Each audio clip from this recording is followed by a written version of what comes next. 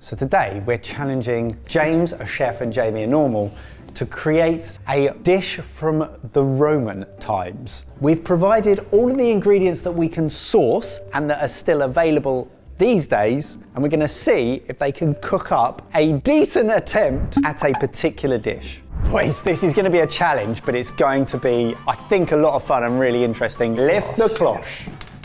Ah, what on earth is this? Dire Coquinaria. It's a Roman cookbook.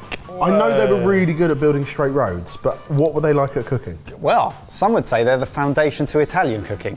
So I'd suggest pretty good. Yeah. And it wasn't built in a day, was it? Oh no. I could do this on my own. Do you know a cool word that I've seen used a lot is garum, which is pretty trendy nowadays. Garam masala? No. Right. We'll get to that. Turn to page 72 because that's the dish that we would like you to make. Everyday dish. Is that the one?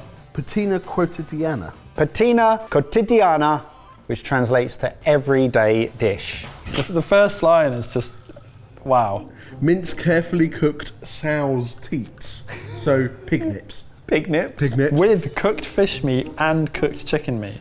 That's a lot. Take an anus. Yeah. Oh no, take a bronze dish. Take a bronze dish. Not a bronzed anus. Anus. It does. Yeah. That Yeah, right? yeah. We're making a pig nip, fish and chicken lasagna. Broadly, yes. So some historians say that the dish that you're going to make today was the beginning of what turned into a lasagna. Oh God, you nailed it. But it's absolutely not a lasagna. We provided all the ingredients required. Follow the recipe, get cooking, and for you at home, this is what the end dish should look like. Oh, come on.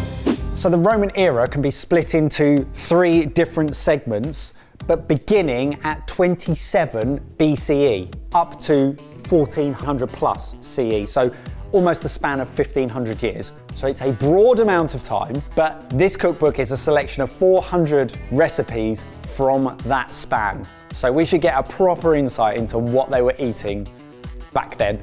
A whole fish, eggs. I'm gonna guess raisin wine, but what's raisin wine? It's port. It's a sweet wine. Now, unfortunately, we couldn't source you any sow's teats, but we have given you pork belly. It's like the nips, but internally and a little bit lower. For me, it's not that much lower. Oh, you got some other stuff as well. Okay. Oh, we got chicken thighs and... Open it, open it. Have a taste of that. Could be the thing that James has been mentioning earlier. Oh, that is... Garum. So it's a fermented Roman fish sauce condiment. Stinks. So it actually dates back... I don't want to taste it. I'm going to put the spoon back, actually. It actually dates back to the ancient Greeks, but then moved its way into Roman society and was heavily used in their cooking too. And you have lovage seeds. I don't think I've ever tasted lovage seeds. So what's step 1? Step 1, mince carefully cooked sow's teats, cooked fish meat and cooked chicken meat. So we've got to cook some meat. Got to cook some meat and some fish. So I'd suggest that one of you does that, and then I'd suggest that the other of you gets on with your lasagne, your pancake. I'll cook meat. That means I've got to figure out how to make pancakes. I know. Not there though. I'm gonna not use a bronze dish. I'm excited for Jamie to fillet that fish. I didn't think about that bit actually. Why don't I start here? Because these will take longer to cook than the fish. So having read the recipe, how do you imagine this looking? First off, I was about to make a pancake batter with some eggs and flour and water or milk. Because it doesn't actually give you the pancake recipe in the book. And it also doesn't point to any other recipes like the repertoire would. So we're just like making things up. But you stopped me very quickly and said... Yeah, I would say flour, water. Just flour and water, like a pasta dough, more than like a pancake batter. Yes. Yeah, okay. Hence the foundations of the lasagna that happened many years after. So I'm just gonna eyeball this. Yeah, and what shape are you gonna go for? The same shape as the bronze dish that you're going to provide us. The anus? Yeah, what shape is an anus? I don't know whether it's an anus, an anus, Eanus, but it all sounds terrible. Unfortunately, James, I don't have an anus for you, but we have provided a pan that will represent the same sort of size that you'll require. Okay, so it says fill the bottom of the dish with a thick pancake layer, pour a layer of stew, drizzle with oil, and cover with a thinner pancake layer. But then it says alternate these layers of dough and stew. So how many layers of pancake do I need? How many layers are there in a lasagna? Well, it depends if me and you are making one. Oh my goodness, remember that? That was a bonding experience. That was a day. That was fun times. Yeah, that was. On Saturday, April the 13th, in a world exclusive probably, we have the world's first tag team cooking dogfight erupting in our East London studio. With clashes of personalities, personal infighting, and reputations on the line, this is a foodie frenzy you are not going to want to miss. I just don't understand how you can be such a terrible cook after 14 years of working on a food channel. You both seem to be looking at Barry when you're saying these things. I've cooked for a queen. Exactly. I've cooked for a dame. Last year the prince, this year the paupers. Serious? Clueless. I'm the square. He's a peg. And it's like, peg and together. I'm not pegging and you. together we were. There we are. We are the team of the people. They can relate to us. Exactly. We're one of them. You know, we'll be shopping in Aldi or Lidl or something. We won't be going to Fortnum and Masons. Yeah. Posh weirdos. I kind of feel a little bit sorry for them because they've come into a world they don't understand. We're here cooking all the time. This is our home ground. You're on away turf now. It's an uphill battle and you're going to struggle. Bring your A game. I was going to say I'm feeling quite nervous.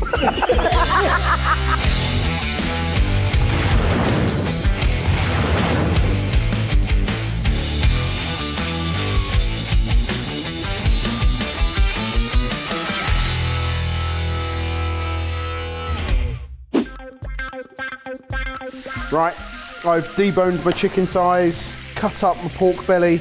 That's all frying off, and I'm staring intently at that fish, trying to work out what to do. Have they written and researched the book? It's a really good question because attribution to the writer of the book is murky. Some say it's a creation of Silius Apicius or Marcus Gavius Apicius, who was a Roman chef who lived throughout the Roman Empire. Basically, somehow we've got a collection of Roman recipes and it's been collated. So obviously the original cookbook was in a colloquial Latin, which has since been translated to English. But what's amazing is that it contains some ingredients like silphium, which don't even exist anymore. So silphium was a herb used as seasoning. It was heavily perfumed, but it's actually gone extinct. Really? Wow. Since it was used back in the Roman era. Wow, it's really cool. Okay, I've got some kind of dough. It's quite soft, which I think is a good thing. Shall I leave it to rest in the time it takes me to get that fish done? I think that's a great... He just doesn't want to fillet the fish.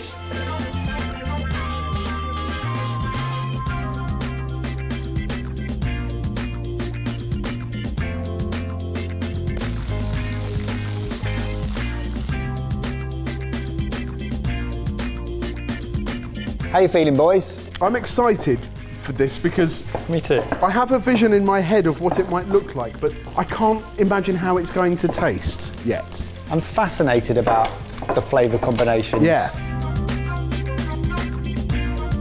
So these would be fried, so there is oil involved in this. Yes.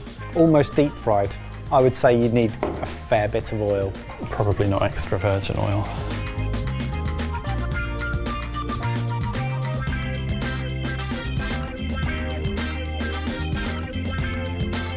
What are we using for our anus? This is going to be our anus, I think. That one? Yeah. Yeah, or a similarly shaped pan. What do you need the anus? Yeah, I need to break eggs into my anus and beat them. But do I cook these in the anus as well?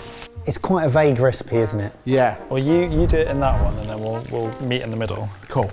How many eggs do you reckon? 3? 3. Pancake from my anus. I didn't know if 3 eggs would fit in my anus, but they do. I'm amazed that this came together quite nicely. Right. In a mortar, put pepper and lovage. Crush, moisten with garum, wine, raisin wine, and a little bit of oil. Pepper. So no weights or measurements No. in the book. So you're gonna have to eyeball it, do it to taste. I'd go hard. 2 pinches of lovage. Yeah, go. There's quite a lot of meat there. Crush, moisten with garum. Just going with the pestle and mortar, right? Your anus won't have any lovage. No, I'm going to put the lovage into my anus in a minute.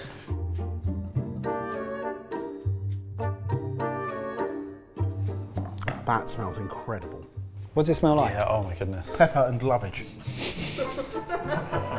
I hate you with all of my soul. What does lovage smell like? It's really floral and citrusy. It's kind of oregano-y, I guess. This is going to ruin this pestle and mortar, just so we know. This pestle and mortar is never going to smell the same again. It's for history.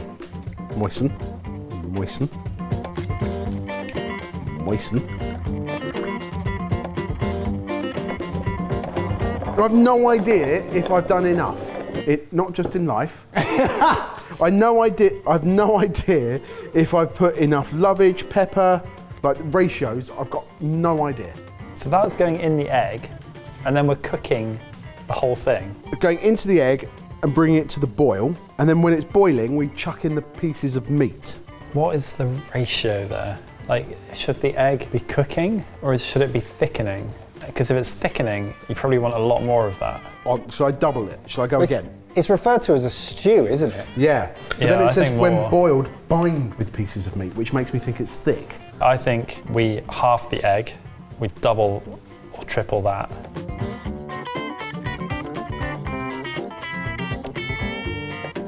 Right, this is going in here. This is odd.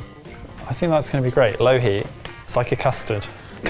Yeah, exactly. It's like a custard, don't let it scramble. A custard with fish in it. Right, the sauce is thickened up. Meat's going in.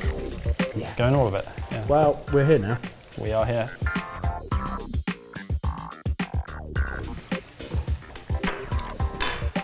If I could, I'd add less garum. I think it's good. Maybe a touch more wine. Yeah, a little bit of sweetness and a little bit of sharpness.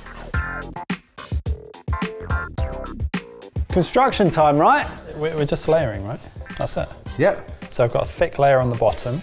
Okay, alternate layers of dough and stew. Cover with a pancake. Turn upside down into a dish, sprinkle with pepper and serve.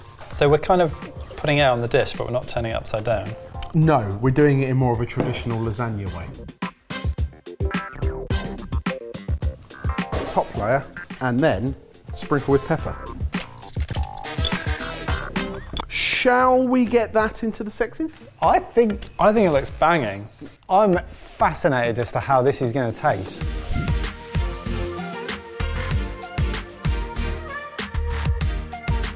Boys, happy? It looks like something I would have made in a battle, and everyone would be going, what the hell have you done?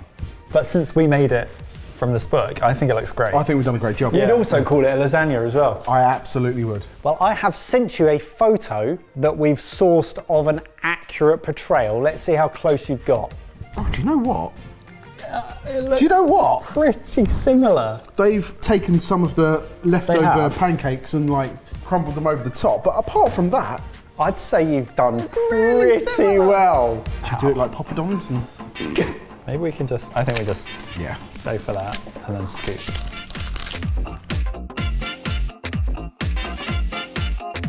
How does it taste? I think it's really tasty. It was really tasty. I think also we added more wine, so it does have that slightly winier Like acidity taste. or yeah, the sweetness? acidity within the sauce. The meat with the chicken and the pork belly And the fish. and the fish, it does work nicely. Interesting. The lovage as well. You can really taste it. The crispy fried dough is really interesting. This should be flour and water as well. Yeah. What I found really interesting is, not for the first time, but using an old recipe, which doesn't have any quantities in it, you can still make something tasty, just relying on your own knowledge and a chef. But trying to balance those things out, as long as you're sensible with it, you can actually get a decent result. I love that I saw those ingredients and I literally had no idea what we were going to make. You know, like 3 types of meat, some eggs, some flour, and a few herbs. Yeah, and some liquids. And we've made a lasagna. What? Where else would you do this, James? Nowhere.